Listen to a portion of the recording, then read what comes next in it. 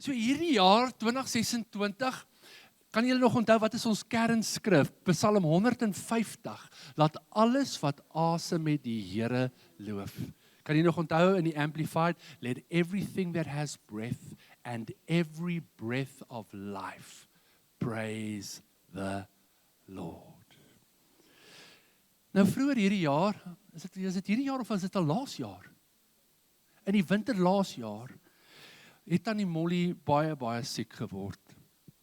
Was sy in die hospitaal, ICU, en haar longe, en ook haar stem.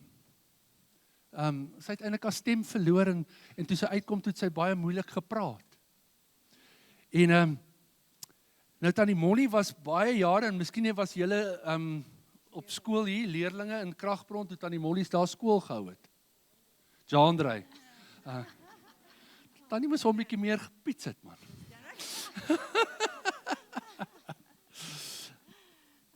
En sy het ook die koor afgerig by Kragbron vir baie jare, begelei, en toe Tannie Molly nou aftree, toe vra hulle vir Bernadette om bietjie te kom uithelp in Tannie Molly se plek, en sy sê vanmôre, en vir 10 jaar help sy nou al uit. Maar in hierdie tyd van Tannie Molly se siek wees en haar stem, en ook ons tema, het Tannie Molly 'n lofoffer vir die Here geskryf, in die vorm van 'n lied. En sy het gevra, dat sy vanmôre, saam met Bernadette en Breggie dit kan sing, want wat sê die skrif? Hy sê, ons oorwin deur die bloed van die lam, maar ook deur die woord van ons getuienis. So vanmôre is hierdie is nie 'n vertoning nie. Hierdie is 'n getuienis van dankbaarheid, dat God vir Tannie Molly aangeraak het, en dat sy haar stem het en haar asem het, en kan nie net praat nie, maar ook kan sing. So kan ons net eers vir die Here 'n lofoffer gee, en dan gaan Tannie Molly en Bernadette en Breggie vir ons sing, en daarna gaan ons aan met ons aanbidding. Loof die Here. Baie dankie, pastoor.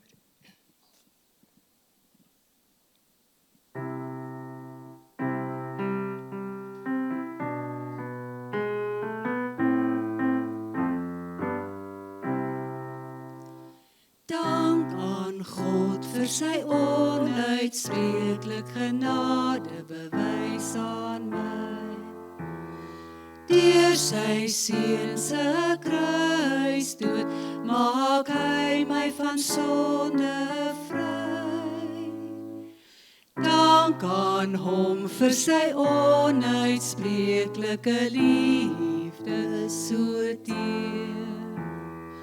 Lof en eer en aanbidding wil ek bring aan hom die eer. Loof God o my siel, loof God o my siel, loof God,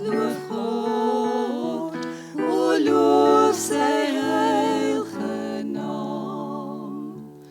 Laat alles wat asem het, laat alles wat asem het, laat alles wat asem het, die Here loof. Loof God, loof God, loof God se heilige naam. Loof God, loof God, o loof sy heilige naam. Laat alles wat asem het, laat alles wat asem het, laat alles wat asem het, die Here loof. Ek wil die Here loof, ek wil die Here loof, met my hele hart wil ek die Here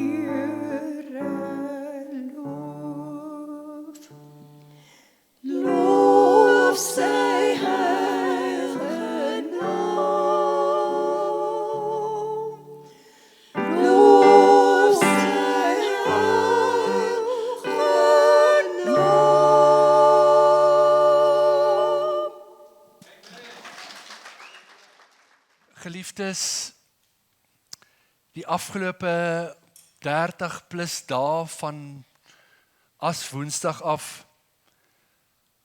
reis ons in hierdie lentreis op pad na die kruis. Die afgelope paar weke volg ons die voetspore van Simon van Sirene.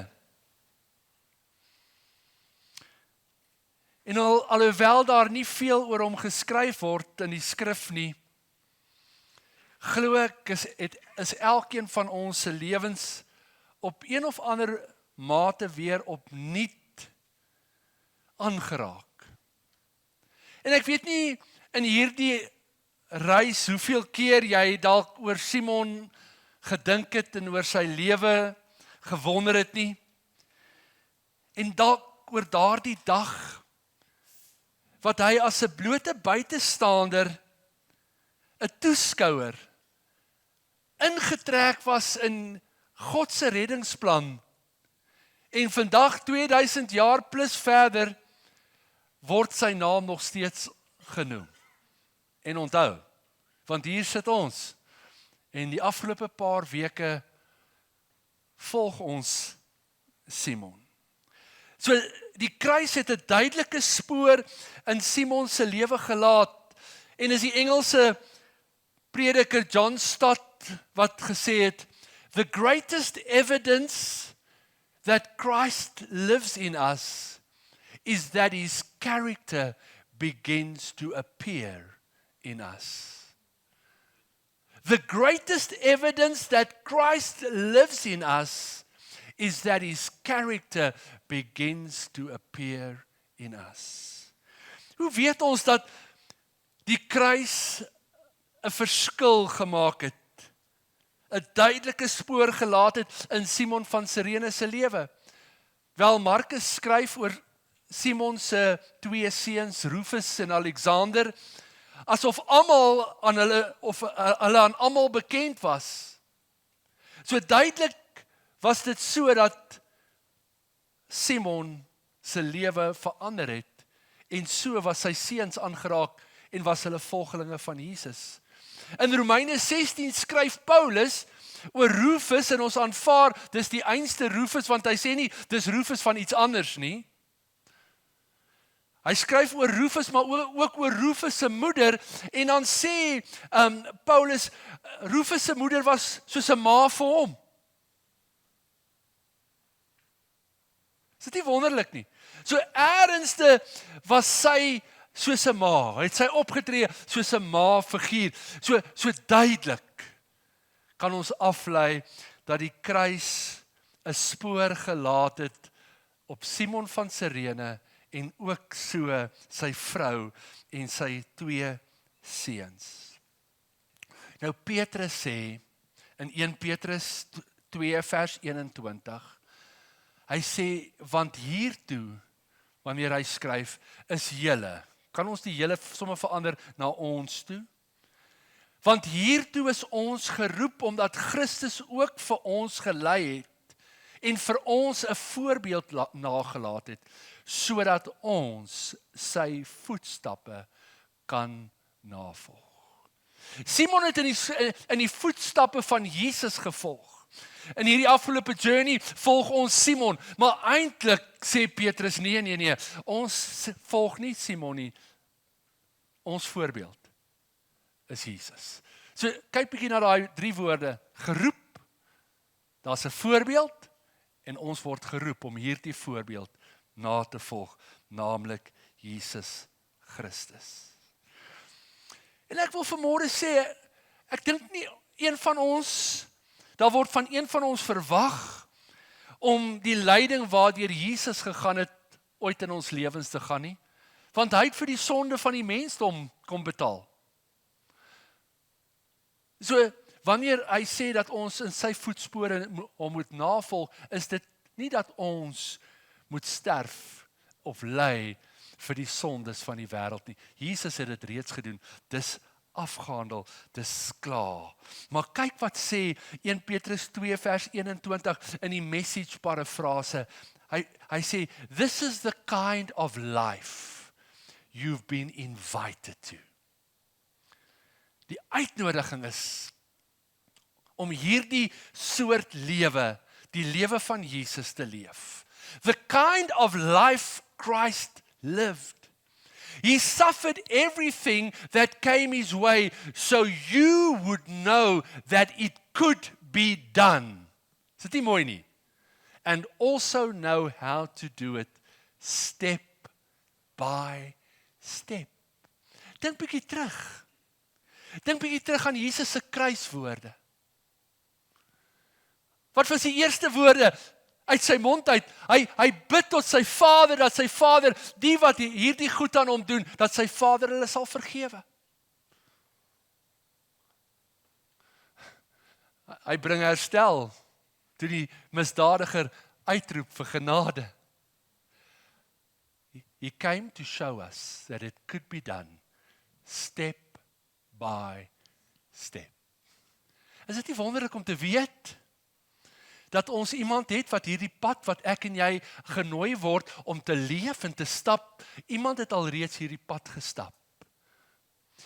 Het jy nie al in jou lewe gewens? Ek wens iemand kan vir my sê hoe om dit te doen of hoe om dat te doen.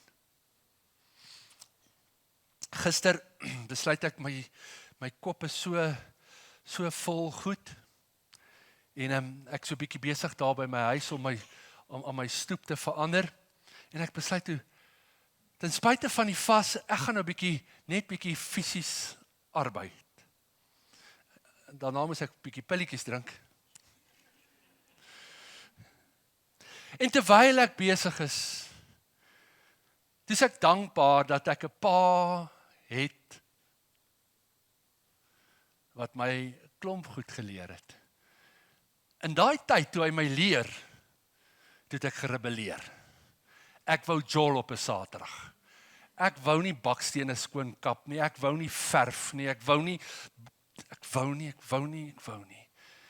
En daar's 2 skuurblokkies wat ek van sy huis af gebring het, toe hy huis opgeseeg. En toe ek die skuurpapier en daai skuurblokkies sit en my pa is nou 2 weke al in ICU en ons vermoed hy gaan nie daar uitkom nie. Hy kry nie meer asem nie. Gister terwyl ek die blokkie het, toe sê ek is dankbaar. Maar daar's een groter wat ons uitnooi om in sy voetstappe te volg. Een wat dit vir ons kom wys het, tree vir tree, stap vir stap. En dis hy wat ons uitnooi na hierdie lewe. Maar hierdie lewe, geliefdes, sal ek en jy nie uit ons eie krag kan doen nie. Ons sal dit alleenlik kan doen wanneer ons toelaat dat die kruis ons verander. So hierdie week wat kom en dalk het jy al begin, gaan ons uitgenooi word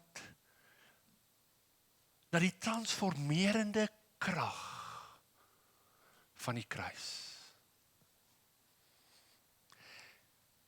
En ek gister, toe dink ek aan almal wat om daai kruis gestaan het. Daar was meer mense as by gewone kruisigings. En ek het al vir julle gesê, kruisige, daar was partykeer in party streke 500 kruisigings op 'n dag. Ek dink die Romeine het miljoene mense doodgemaak. Maar kom ons los dit daar. Maar daai dag by Golgotha was dit 'n ander dag. Daar was 'n groot skare want hulle wou sien of hierdie sogenaamde Messias homself sal red. Jy weet, een van die misdadigers het gesê, wel as jy die seun van God is, red jouself en vir ons. Maar kan jy dink, daar's 'n skare mense wat alles sien en hoor en beleef, dit wat uit Jesus se mond uitgekom het, maar hulle harte word nie verander nie.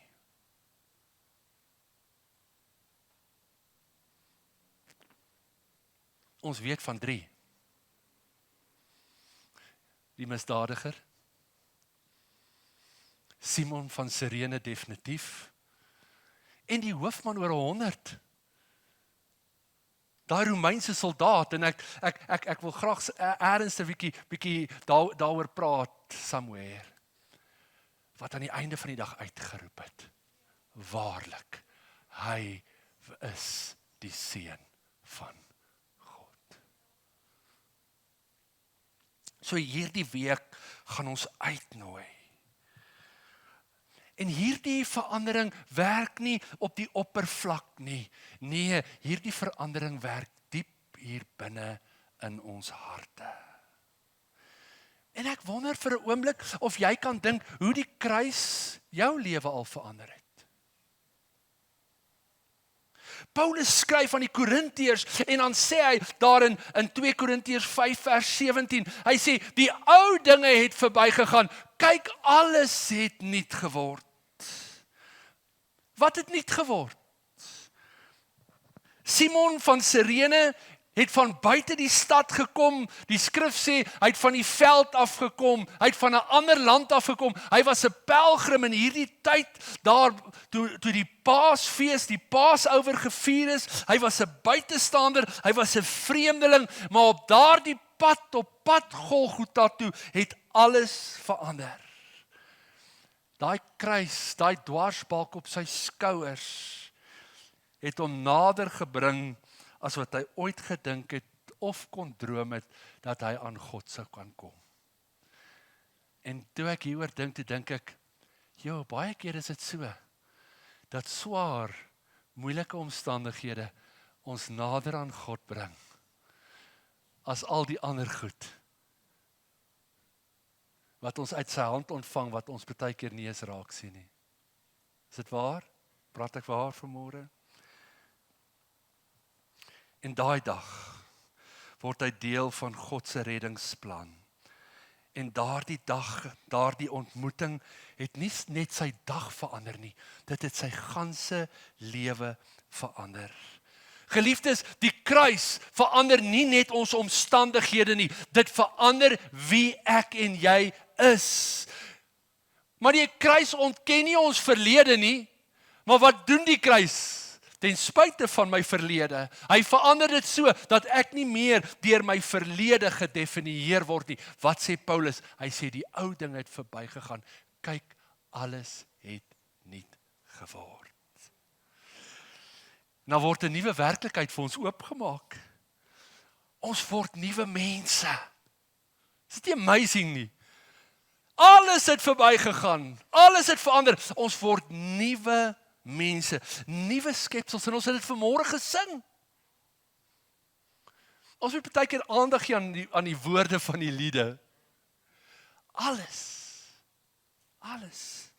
danksy die kruis, danksy dit wat aan die kruishout van Golgotha gebeur het, is ons nuwe mense gevorm deur die genade, nie deur ons skuldgevoelens of eie prestasies nie. Nee, dis slegs genade. Ek en jy ontvang dit wat ons nie verdien nie. Johannes sê, dis liefde. 1 Johannes 3 vers 16. Ons weet Johannes 3 vers 16 sê, want so lief het God. Maar 1 Johannes 3 vers 16 sê, hieraan, waaraan? Aan Jesus se kruisdood. Hieraan, aan dit wat God kom doen het, die feit dat hy sy seun gestuur het, hieraan het ons die liefde leer ken. Waaraan? Dat hy sy lewe vir ons kom aflê. Ja, en hier aan die voet van die kruis, dis hier waar Simon hierdie onverklaarbare goed hoor. Daar aan die kruis praat Jesus met sy Vader. Ek het toe gewonder, ek wonder wat het by ander kruisigings gebeur, waar ander mense aan die kruis gehang het. Waar ons weet, een misdadiger, hy het gespot. Wel, dit klink vir my, hulle het albei gespot, maar een het tot sy sinne gekom.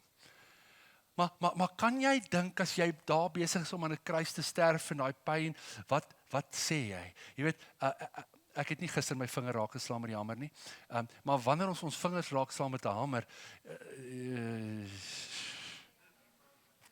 Dan praat ons matroos, sê jy, Bietjie. Dan praat ons matroos. So kan jy dink wat op daai kruisigings uit mense se monde uitgekom het, maar wat hoor Simon? Simon hoor 'n gebed van die seun van die Allerhoogste God met sy pa praat. Tussen hierdie chaos, die geraas, die skare, wat beleef hy? Hy beleef liefde. Vader, vergeef hulle. Vader, vergeef hulle. Toe die misdadiger uitroep, toe hoor hy 'n liefde wat nie selfgesentreerd is nie, te midde van daai pyn, maar 'n liefde wat gee en wat dra en wat red. Hier sien hy aanskou en hy hoor liefde wat harder spreek as die pyn van die oomblik. Sal jy dit hoor vanmôre? Liefde wat harder spreek as die pyn van die oomblik. En wanneer ons dikwels deur moeilike omstandighede gaan, dan praat die pyn harder. En dan mis ons die liefde van God wat deur daai pyn met ons wil praat, te midde van daai pyn.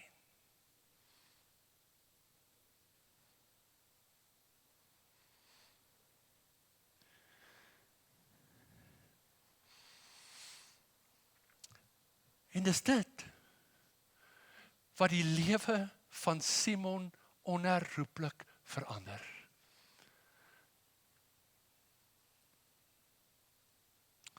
Kan jy dink, ander het weggedraai, omgedraai, maar dis soos daai seepstorie. As jy dit nie optel, aanwend, beteken dit niks. Johannes, in die message parafrase, word dit bietjie uitgebrei hierdie woorde van Johannes. Lees dit saam met my. Dis klein, maar dis ook op jou blaadjie. This is how we've come to understand and experience love. Christ sacrificed his life for us. This is why we ought to live sacrificially for our fellow believers. Jo. Michael, gaan net vir my terug na die vorige vers toe. Die Afrikaans van 1 Johannes 3. Hieraan het ons die liefde leer ken, dat hy sy lewe vir ons afgelê het. Okay, gaan nou weer na die message toe. This is how we've come to understand and experience Christ's love. He sacrificed his life for us. This is why we ought to live sacrificially for fellow believers and not just to be out for ourselves. If you see your brother and your sister, as jou broer of jou swaar, as jou broer of jou suster swaar kry, of jou swaar, en jy is in die vermoë om iets daaraan te doen, en jy doen nie iets daaraan nie, nou wil ek teruggaan na die Engels toe. What happens to God's love? It disappears.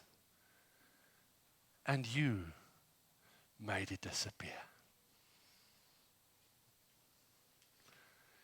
As jy nie vermoë is en jy doen nie, dankie dat jy dit doen. Dankie dat jy dit doen. En jy doen nie, maak jy God se liefde tot niet. Sjoe, kan ek vir die volgende verse lees hiervan? Kyk hoe mooi is dit. My dear children, let's not talk about love. Let's practice it.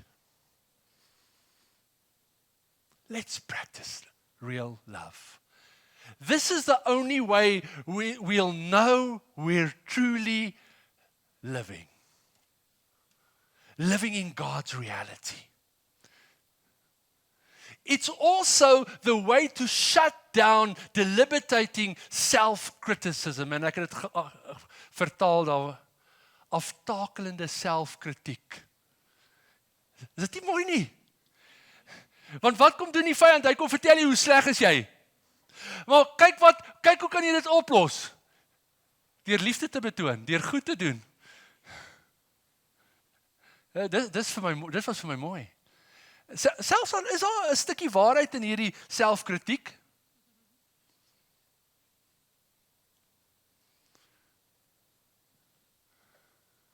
Hy sê, for God is greater than our worried hearts and knows more about us than we do about ourselves.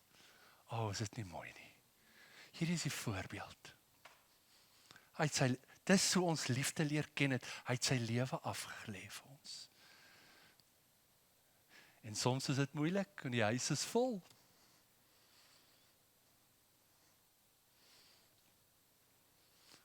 Maar as ons kan en ons doen nie, dan laat ons die liefde van God verdwyn. Sjoe, die kruis verander ons. Die kruis verander ons. Sien nog hier? Ek dink Simon van Sirene het sy eie agenda gehad toe hy in Jerusalem ingestap het. En ek het een keer gesê in hierdie reeks, ons weet nie hoekom hy daar was nie, was hy net blote pelgrim, het hy gedink, wel ek moet nou hierdie ding doen, so ek gaan nou Jerusalem toe, dalk het hy gevoel, ja, my sonde is so groot, ek het net naby nodig om nader te kom aan God, want God bly mos daar in die tempel, in die allerheiligste, hy het net gevoel, as ek daar is en ek kan dalk my duifies of my lammetjie koop en offer, is dit nader, ons weet nie, hy het sy eie agenda gehad. Maar wat doen God? Hy verander die agenda. Want God het 'n groter agenda.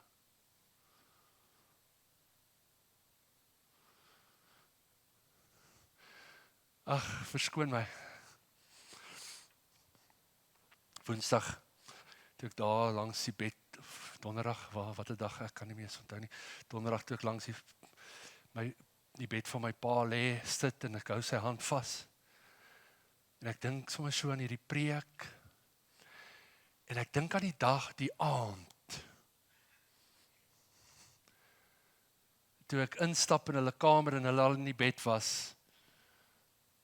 Om vir my pa te sê, en dit was sy grootste droom. En ek dink ek het al julle die storie vertel, maar ek het net soveel stories. As gevolg van die feit dat my pa gaan werk het toe hy baie jonk was om te help, om te sorg vir die familie, kon hy net so ver vorder by sy werk.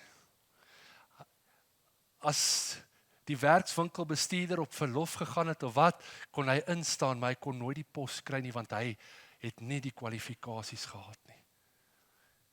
So sy droom was dat ek ingenieur moet word, want dis wat hy nodig gehad het om daai job te kon kry. Maar daai aand, toe ek instap, en ek sê, nee, ek voel die Here roep my.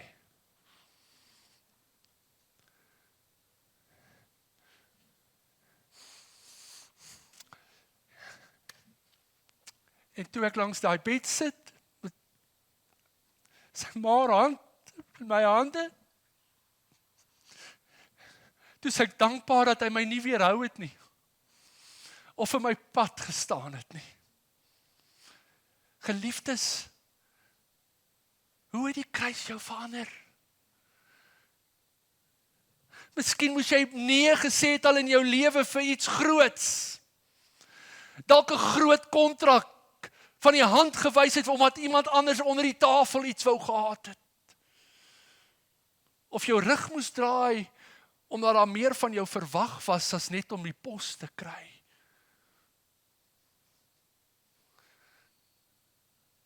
Hoe die kruis jou lewe verander.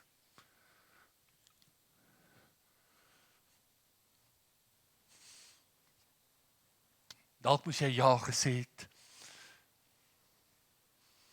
vir die kruis en nee gesê het vir iets anders. En op jou blaadjie hier aan die einde is daar 'n paar vrae, 2 vragies en ek wil vir jou uitnooi om in die week as jy kans het daarna te gaan kyk. Maar Paulus sê dis selfs ons denkpatroon wat verander. Wanneer hy sê in Romeine 12 vers 2 en hierdie is eintlik die bestaansskrif van hierdie gemeente. Ek het dit uit die Nuwe Lewende Vertaling uitgehaal. Hy sê, moenie julle leefstyl aanpas by die gedragspatrone van hierdie wêreld nie, maar laat God julle omvorm, julle transformeer, julle metamorfa. Dis die Griekse woord vir daar gebruik word. Deurdat hy julle denkpatrone verander. Die kruis verander selfs die manier waarop ek dink.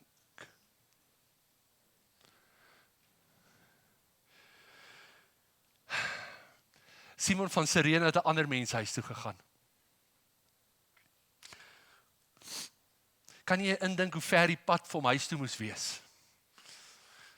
1200 kilometer. Dis wat hulle sê hy gereis het. Maar kan jy dink hoe ver is daai pad huis toe as jy graag vir jou mense wil vertel wat jy beleef en ervaar het? En ek wonder hoeveel mense het hulle kop geskit en skepties na Simon gekyk en gesê, ek wonder of hy die waarheid praat. Daar was nie social media en video's en al daai goeders om dit af te neem en te post nie. Simon was gedwing om die kruis te dra, maar hierdie dwang het 'n ander karakter begin aanneem. Dit het 'n gehoorsaamheid wat uit liefde gebore is geword. En nie primêr sy liefde vir God nie, maar God se liefde vir hom. En wat sê die skrif? God het jou en my lief gehad toe ons nog sondaars was. Maar dis hierdie liefde van God vir ons, wat ons verander, sodat ek en jy gehoorsame volgelinge word, wat in sy voetstappe volg. Geliefde, dit is 'n diep werking van die kruis. Dit breek harde harte oop. Dit bring 'n gewilligheid. Dit bring 'n gewilligheid om te verander. En nou sê Paulus aan die Filippense en ons is amper klaar. En die ouens het gesê vanoggend, ek moet nie sê ons is amper klaar nou, ons gaan ek nog aan nie. Ons is amper klaar. Filippense 2 vers 5, hy sê, want hierdie gesindheid moet ook in julle wees, wat in Christus Jesus was. Wat was hierdie gesindheid? Vers 6 tot 9 sê, hy wat in die gestalte van God was, wat het geen roof geag het om aan God gelyk te word nie. Hy het alles gelos. Hy het aan 'n mens gelyk geword.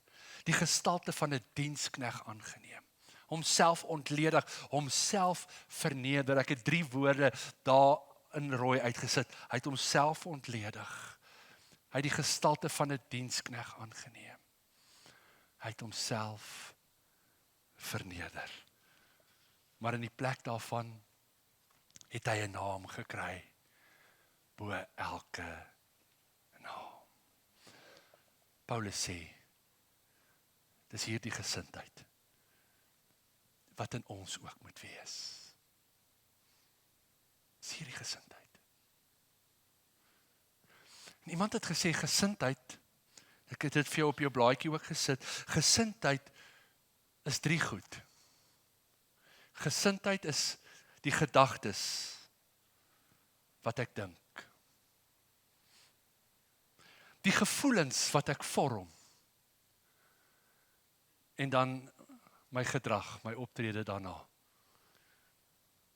Dink gou 'n bietjie. Dit bepaal my gesindheid. As iemand oor die rooi robot ry, daar kom goed in jou gedagtes op, daar kom gevoelens op, en daar kom optredes. Gesindheid. Kom ons los nou die traffic, kom ons kom terug by die gees.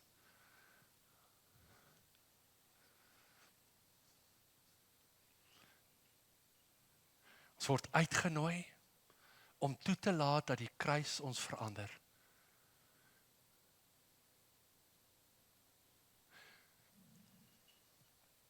Dit was Dietrich Bonhoeffer wat die volgende geskryf het. En hy het gesê, en hy is in 1945, hy was 'n Duitse teoloog, is hy opgehang, omdat hulle hom gesê het, hy was deel van 'n sameswering teen Hitler, want hy het homself sterk uitgespreek teenoor die Nazis. Maar luister wat sê hy, when Christ calls a man, he bids him, come and die. Bonhoeffer het fisies gesterf. Maar wat het Jesus gesê? As jy agter my wil aankom, moet jy jou kruis opneem. En jy moet eers jouself verloon. Want as jy nie jouself verloon nie, if you don't deny yourself, you will never pick up the cross. En daarom is die gesindheid so belangrik.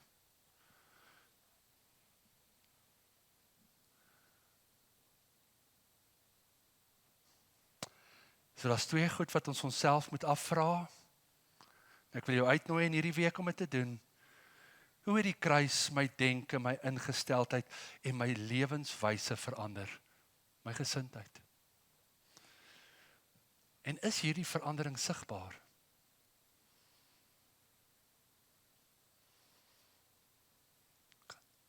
Kan nie net sê ek het verander nie.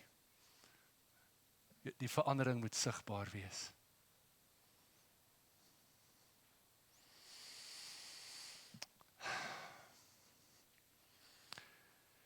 Kan ek jou vra, Bernsie, sal ons aanbiddingsspan vorentoe kom?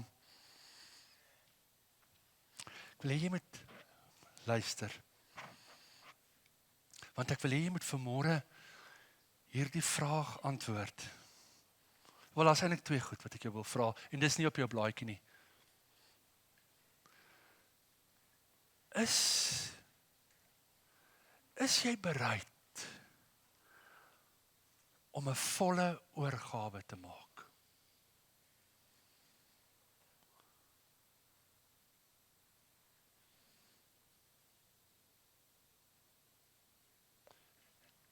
Hierdie was nie deel van my preek nie vanoggend toe ek vroeg hier sit, met die Here praat.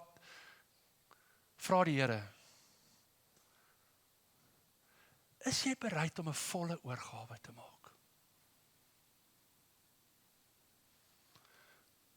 Baie keer wil ons goed terughou. Ek sal dit gee, Here, maar gee nie dit nie. Ek sal dit laat gaan, maar ek wil tog dit hou.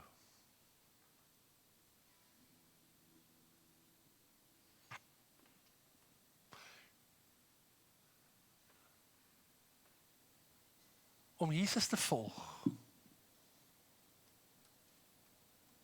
moet ek 'n volle oorgawe maak. Net daar waar jy sit, wil jy vir 'n oomblik jou oë sluit.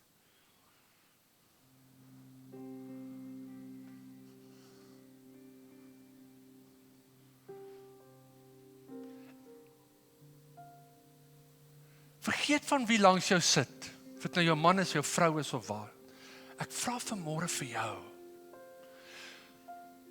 Is jy bereid om 'n volle oorgawe te maak?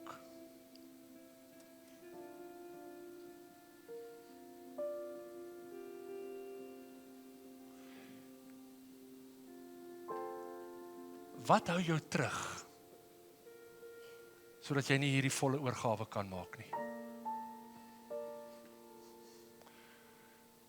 Wat hou jou terug? Wat staan in die pad?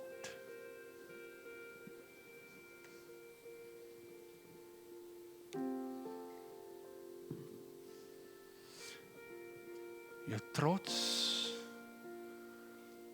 selfbeheptheid, 'n sonde Wel, ek wil dit net sommer 'n gewoonte gebruik. 'n Verslawing.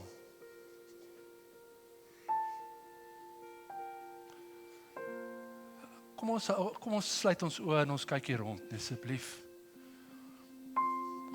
Gees van die Here praat vanmôre met ons. Wat hou jou terug?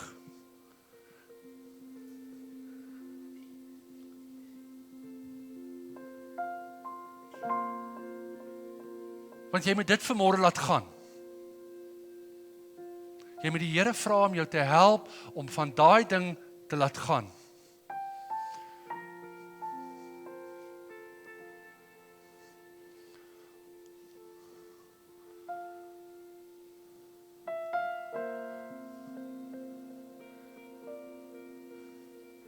Jy weet wat dit is.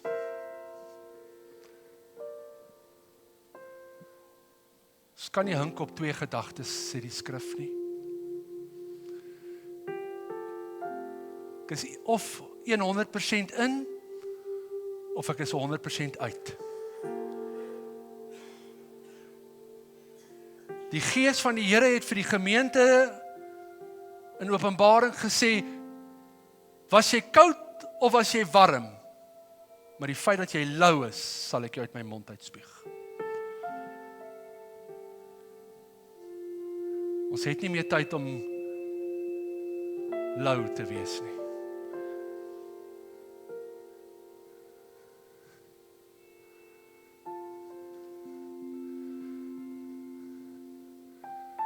As jy vanmôre, en hier is die eerste stap van gehoorsaamheid, dis al wat ek jou gaan vra vanmôre. As jy vanmôre sê, Here, help my om hierdie ding te laat gaan. Wil jy vanmôre in jou sitplek opstaan? En net daar waar jy staan, gaan ek bid. Gaan jy nie vra wat dit is nie. Jy weet, dit gaan nie oor my nie. Hierdie is 'n stap van gehoorsaamheid. As daar iets is wat jy moet laat gaan, waaroor die Gees jou vanmôre wil sê aanspreek, staan nou in jou sitplek op saam met my.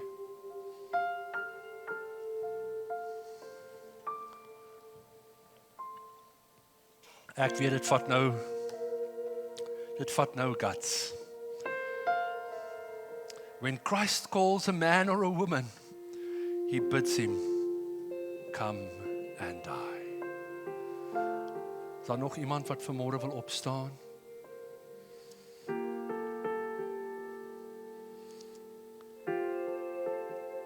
Is almal klaar? Sal jy vanmôre jou hande uitsteek as jy opgestaan het? Sê vanmôre daar waar jy staan, Here, ek gee vanmôre hierdie ding oor.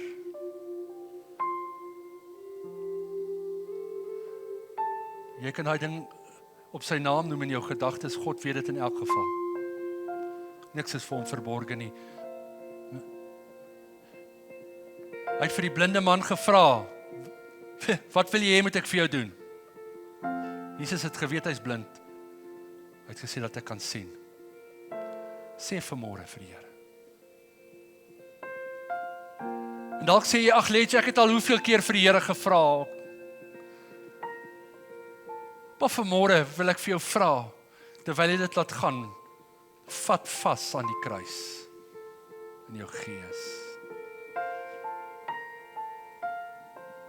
Die krag lê nie in die hout nie, die krag lê in hom wat die hout oorwin het.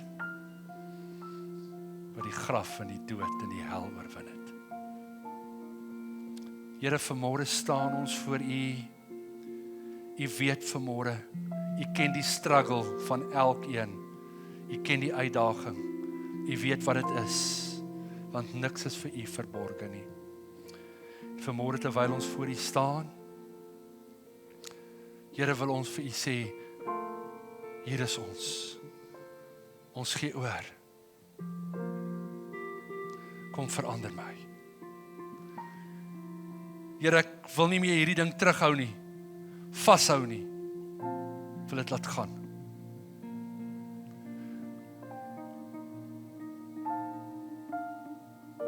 Here, ek bid nou vir vrymaking. Ek bid vir verlossing. Ek bid vir oorwinning. Ek bid vir herstel en genesing. In die naam van Jesus. In die naam van Jesus. In die naam van Jesus. Here, want dit is deur u bloed wat u die sonde oorwin het. Die dood oorwin het. Die graf en die kruis. Dis u bloed wat die oorwinning bring oor hierdie goed wat ons vashou. Dankie vir die vryheid. Dankie vir vryheid wat u nou bring. En vir 'n vrede. Vir 'n vrede. Vir 'n vrede. Wil jy net jou hand sommer, daai hande wat oop is, sommer op jou bors lê en ervaar vanmôre in jou binneste God se vergifnis, sy vrede, sy vryspraak, sy oorwinning. Maak dit vanmôre vas in jou hart. Want dit is aan die voet van die kruis waar hy vir ons die oorwinning gee. Dankie Jesus. Kom ons staan, dan sing ons dit saam. Kom ons staan almal. Where grace and suffering meet.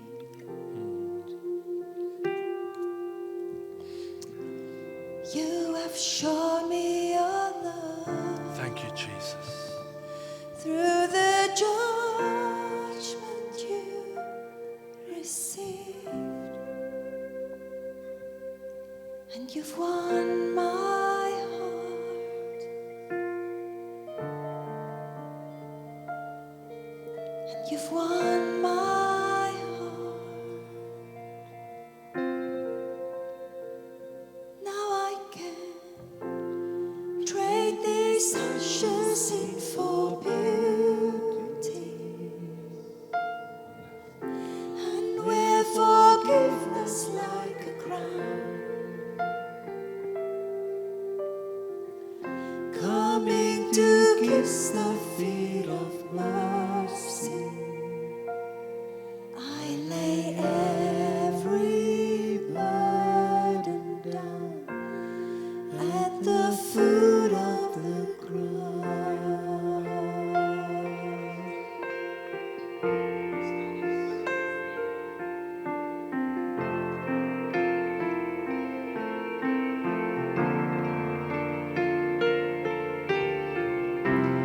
At the foot of the cross,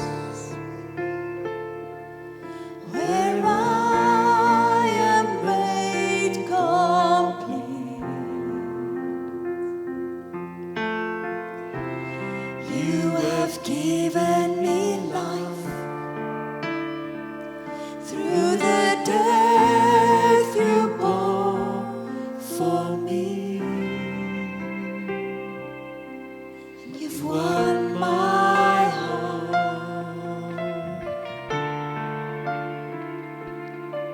and you've won my heart.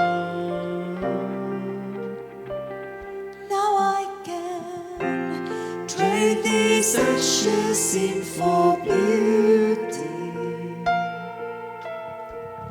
and wear forgiveness like a crown. Coming to kiss the feet of mercy, I lay every burden down. I lay every burden down. I lay every burden down. Lay it down at his feet.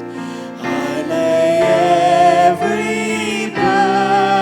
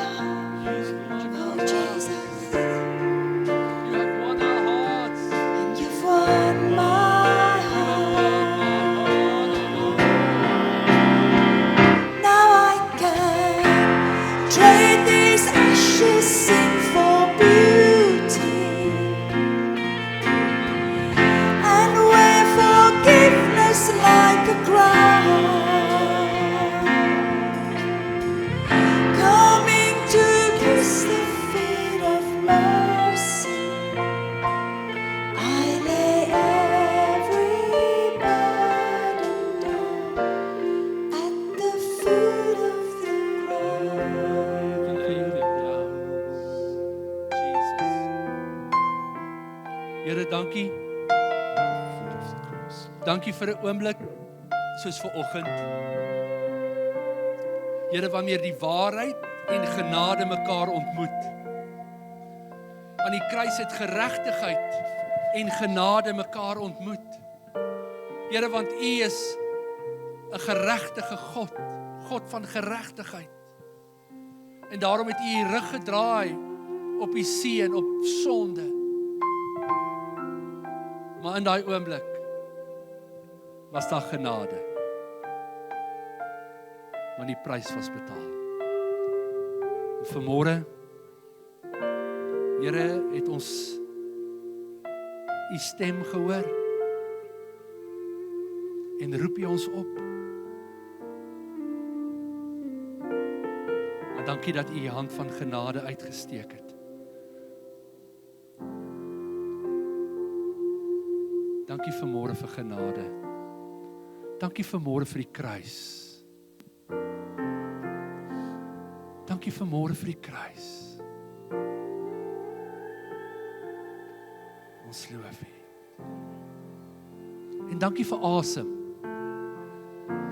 Sal jy net vanmôre asem, diep asem teeg. Dankie vir asem.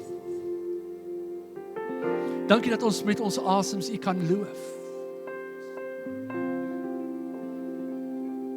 Ons eer U. Halleluja. Dankie vir U vrede. Dankie vir U vrede. Mag U vrede ons harte vul. In Jesus naam.